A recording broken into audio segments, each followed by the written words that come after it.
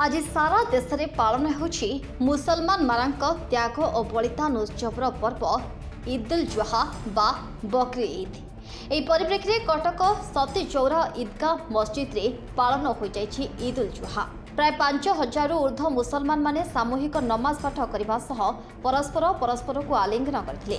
तेबे त्याग और बलिदान एही पर्व रे समस्त मुसलमान भाई भौणी माने दान धर्म करथांती। जाति धर्म वर्ण मतभेद ऊर्ध्वर रही परस्पर को शुभेच्छा जणाइबा सह कटक भाईचारार स्वतंत्र दिग्दर्शन देथिले। सेहिभଳି जामा मस्जिदर साधारण संपादक सैयद एकामर हुसैन कहते इस्लाम धर्म कहिछि आपण समाज को शांतिर वार्ता दियंतु एवं सर्वदा शांति प्रतिष्ठा हेउ।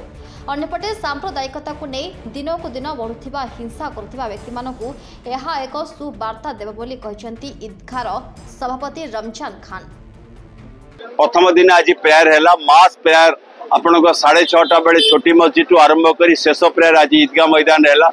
तारू 7 ରୁ 8 हजार लोक एककालीन एठारे नमाज पाठ पढ़ती एवं शेष प्रेयर जिला प्रशासन टू आरंभ करी कमिश्नर पुलिस टू आरंभ करी एवं समस्त राजनीतिक दल मुबारकबाद दियंती एक दूसरा को। आज ईद उल जुहा जाति धर्म निर्विशेष समस्त आज ये उत्सव को पालन करने को जाउछन। इस्लाम धर्म कहूची जे आपण सबु बेले शांतिर वार्ता दियंतु एवं शांति प्रतिष्ठा पाई कार्य करंतु एवं जेते बेले स्वतंत्र नमाज पाठ हुए सेते बेले समस्त मस्जिद रे समस्त दरगाह रे समस्ते एकनिष्ठ भाव में कहती जे पृथ्वी रे शांति प्रतिष्ठा हो भाईचारा अतुट रहू एवं समस्तंकर प्रगति उन्नतिर मार्ग आलाभ खोली दियंतु एवं समस्ते उन्नतिर शिखर रे पहुंचंतु एवं आमे शांतिर सहित दिन जीवन यापन करू।